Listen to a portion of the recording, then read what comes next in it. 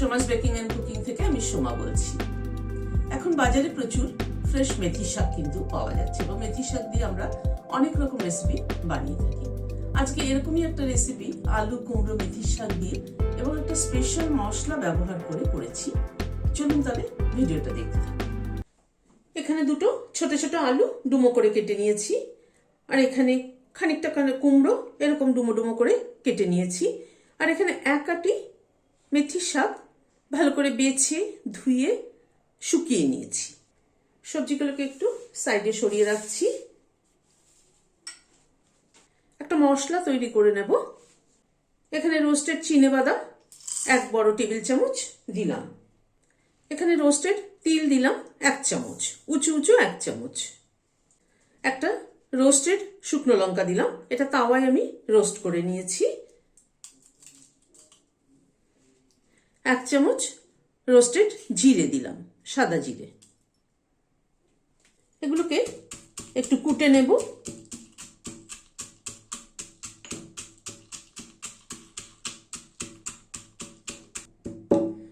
মশলাটাকে কুটে নিলাম।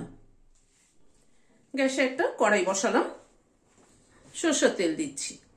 তেলটা গরম হয়ে গিয়েছে, প্রথমে শাকটা দিয়ে দিচ্ছি।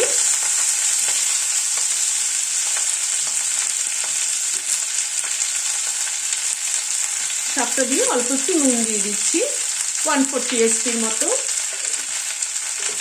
অল্প একটু সামান্য পরিমাণ হলুদ দিয়ে দিচ্ছি।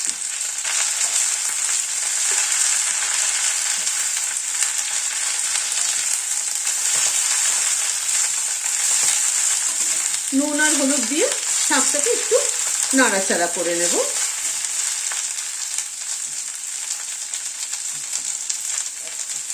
ঢেকে দিলাম, শাকটা একটুখানি কুক হোক।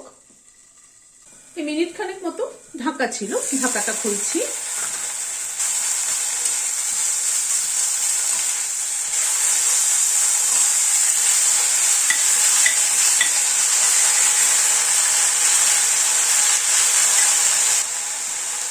আবার একটু ঢেকে দিচ্ছি।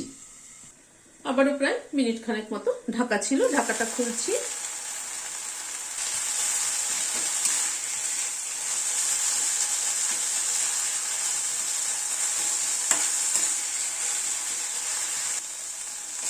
শাকটাকে একটু ভাজা ভাজা করে নিলাম, এবার তুলে নিচ্ছি। শাকটাকে তুলে নিলাম। শাকটা তুলে নেওয়ার পরে আবার একটু তেল দিচ্ছি, সরষের তেল দিচ্ছি। তেলটা গরম হওয়ার পরে একটু মেথি ফোড়ন দিচ্ছি। গ্যাসের ফ্লেমটাকে একদম কমিয়ে মেথিটাকে ক্র্যাক করিয়ে নেব, যাতে মেথির গন্ধটা ভালো মতো আসে। 1/4 টিস্পুন হিং দিলাম। এবার আলুটা যেটা কেটে রেখেছিলাম সেটাকে হালকা বয়েল করে নিয়েছি, সেটা দিয়ে দিলাম।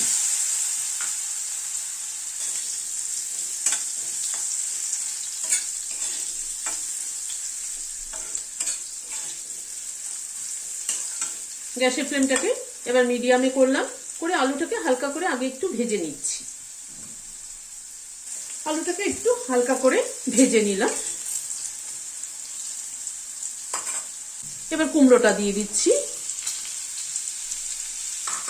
1/2 চামচেরও কম নুন দিলাম, সামান্য পরিমাণ একটু হলুদ দিলাম।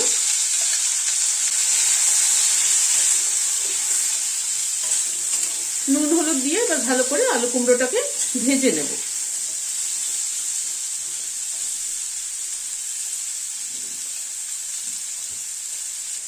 গ্যাসের ফ্লেমটাকে মিডিয়ামে রেখে প্রায় 3-4 মিনিট সময় ধরে আলু কুমড়োটাকে একটু ভেজে নিলাম। একটা কাঁচা লঙ্কা অর্ধেক করে দিয়ে দিলাম। যে যেরকম ঝাল খাবেন সেই অনুযায়ী ঝাল অ্যাড করবেন।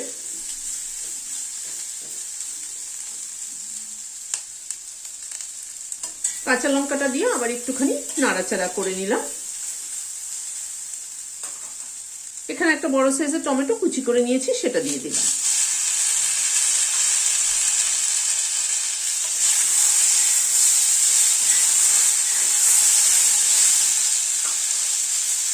টমেটোটা দিয়ে একটু ঢেকে দিচ্ছি যাতে টমেটোটা একটু গলে যায়। মিনিট 2 মতো ঢাকা ছিল, ঢাকাটা খুলছি। টমেটোটা গলে গিয়েছে, টমেটোটা একটু ভেঙে ভেঙে দিচ্ছি যাতে মাখো মাখো হয়।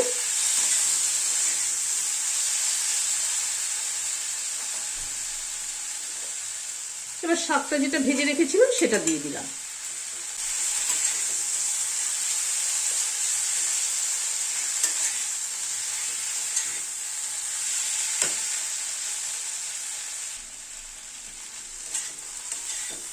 শাকটা দিয়ে একটু নাড়াচাড়া করে নিলাম। হাফ চামচ চিনি ছড়িয়ে দিলাম। আর নামানোর আগে এই গুঁড়ো মশলাটা, যেটা বাদাম তিল গুঁড়ো করে রেখেছিলাম, সেটা দিয়ে দিচ্ছি।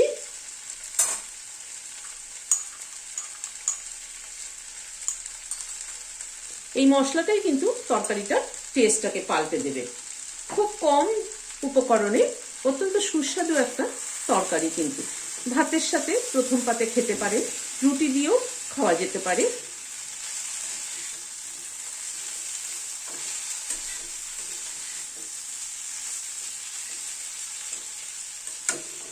মশলাটাকে মিশিয়ে দিলাম, দিয়ে গ্যাসের ফ্লেমটাকে বন্ধ করে দিয়ে সার্ভ করে দিচ্ছি। রেসিপিটি কেমন লাগলো আমাকে কমেন্ট বক্সে জানাবেন। যদি ভালো লাগে তাহলে একটা লাইক এবং সাবস্ক্রাইব করার অনুরোধ রইল। আজ তাহলে এখানে শেষ করছি। দেখা হচ্ছে পরবর্তী ভিডিওতে। নমস্কার।